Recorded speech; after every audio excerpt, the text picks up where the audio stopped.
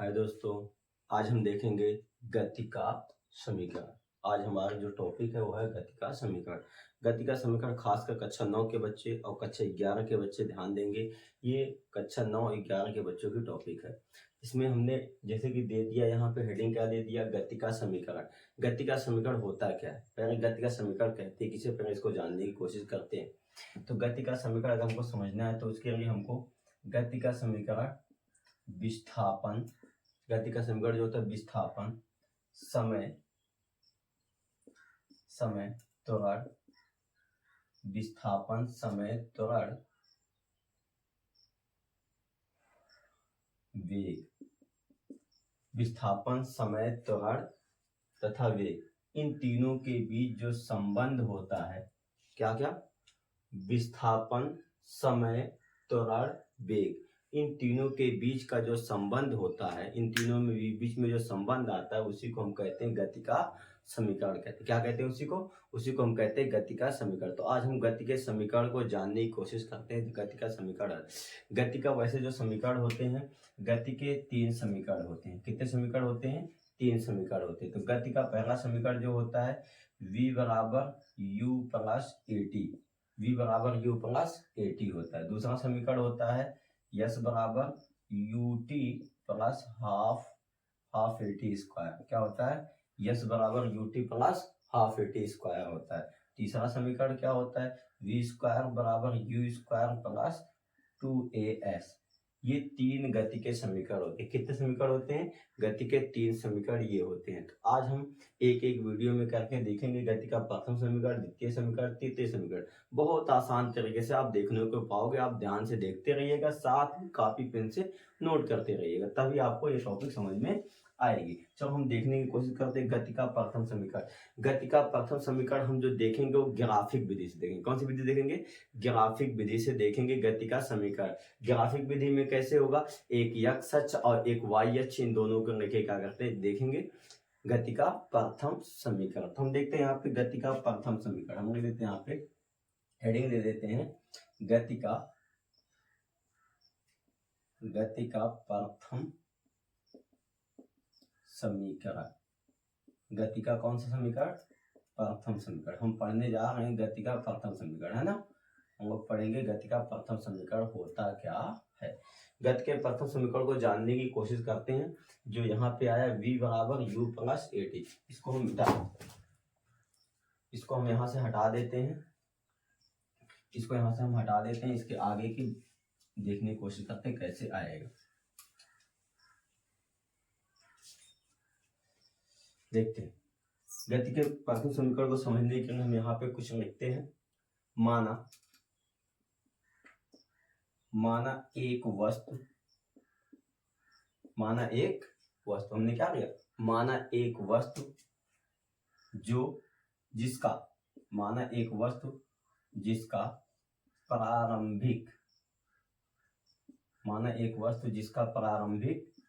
वेग u है। प्रारंभिक वेग क्या है? माना एक वस्तु जिसका प्रारंभिक वेग u है। माना एक वस्तु जिसका प्रारंभिक वेग u है, जो माना एक वस्तु जिसका प्रारंभिक वेग u है, जो एक समान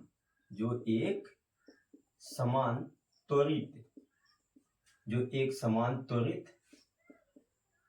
गति में है। t समय पश्चात, यहाँ काम लगा दें, t समय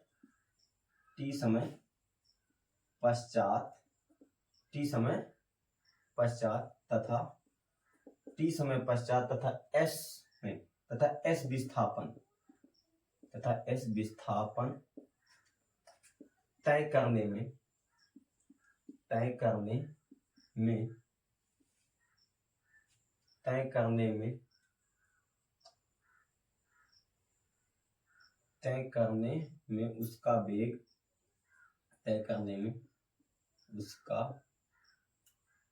उसका वेग v प्राप्त होता है।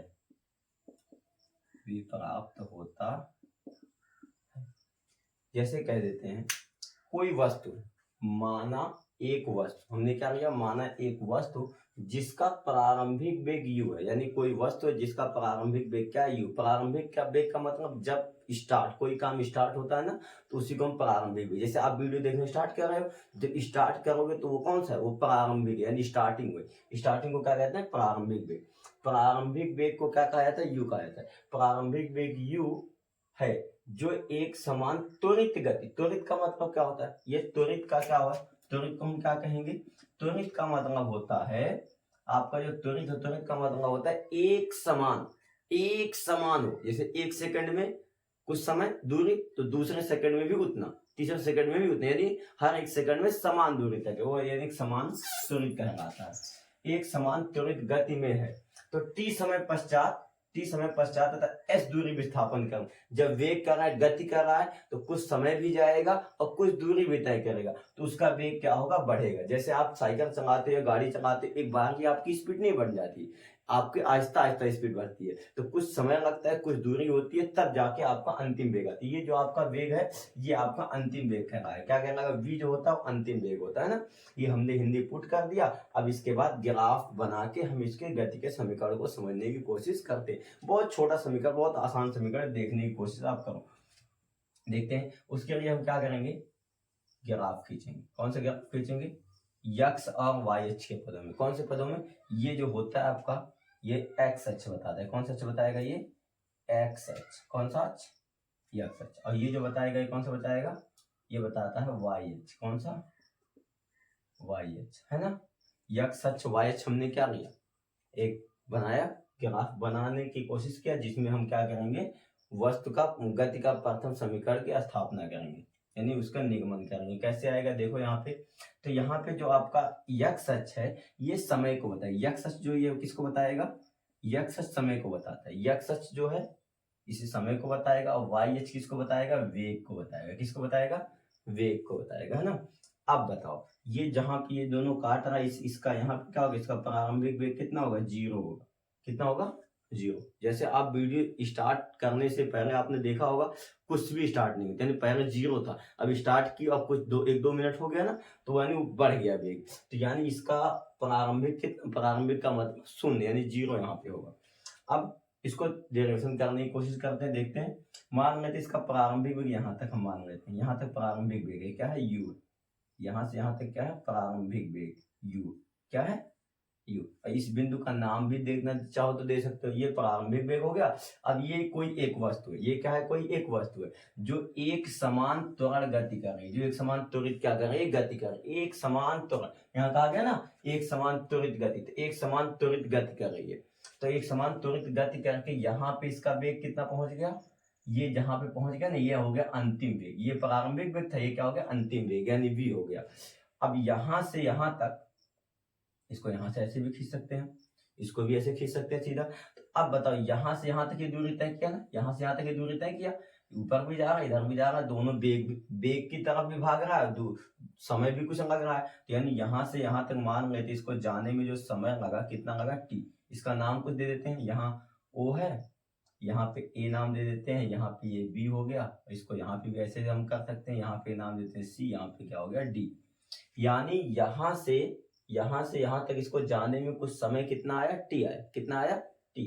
और यहाँ से यहाँ तक इसका अंतिम वेग कितना है, अंतिम वेग हमने क्या माना, v माना, है ना। तो अब बताओ, समय आ गया, वस्तु का वेग आ गया, प्रारंभिक वेग आ गया, अंतिम वेग आ गया, क्या बचा हुआ, त्वरण बचा हुआ। क्या बचा हुआ, त्वरण।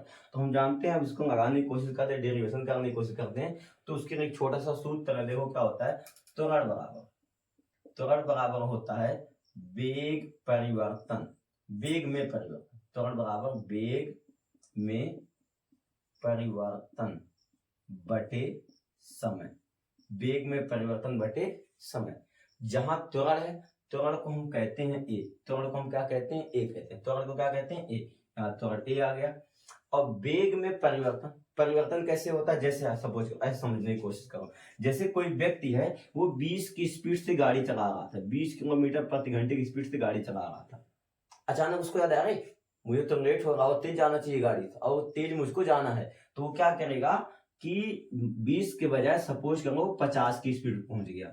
किसकी स्पीड पहुंच गया, 50 किलोमीटर प्रति घंटे की। अब बताओ 20 से कहाँ गया, 50 गया ना, तो इसमें कुछ परिवर्तन हुआ कि नहीं? ये उसकी पहला वेग था, वो 20 की स्पीड से चल रहा था, और बाद में क्या हो गया, उसकी स्पीड कितनी हो गई, 50 हो गई, तो कुछ परिवर्तन हुआ ना, तो ये आपका हो गया प्रारंभिक वेग u हो गया, और ये उसका हो गया अंतिम वेग v हो गया। तो इसका परिवर्तन कैसे आएगा, अंतिम वेग में से प्रारंभिक वेग को क्या किया जाता है, घटाया जाता है।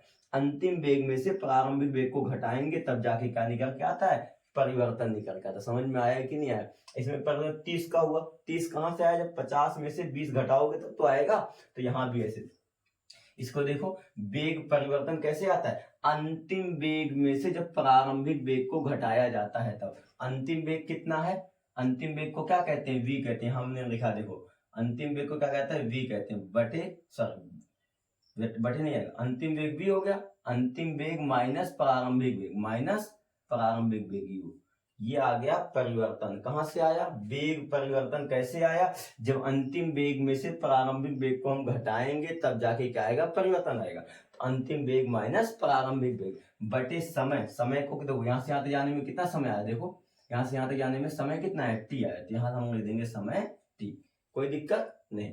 तो हमने क्या किया, त्वरण बराबर सूत्र होता है, त्वरण बराबर पता वेग में परिवर्तन बटे समय होता है, तो त्वरण को हमने माना a, त्वरण क्या माना a, वेग परिवर्तन क्या हुआ, अंतिम वेग में से जब प्रारंभिक वेग को घटाएंगे तब, तो अंतिम वेग माइनस प्रारंभिक वेग, नीचे क्या समय, समय हमने कितना माना t, तो समय कितना आ गया, t आ गया। समझ में आया ना? अब इसके नीचे क्या मान सकते हैं हम, किसी भी संख्या के नीचे एक मान सकते हो, किसी की भी संख्या के नीचे एक मान सकते हो। अब इसका गुणा इसमें हो जाएगा, इसका गुणा इसमें, नहीं तिर्यक गुणा, क्रॉस मल्टीप्लाई, तिर्यक गुणा, कैंची गुणा भी कहा जाता है इसको, तो इसको यहाँ इसमें गुणा, यानी इसका गुणा इसमें होगा, v माइनस यू का गुणा किसमें होगा, एक में, तो हो जाएगा v माइनस यू का गुणा एक में, क्योंकि किसी भी संख्या का गुणा जब एक में होता है तो उसका मान वही रहता है, किसी भी संख्या का गुणा जब एक में होगा तो उसका मान वही रहेगा।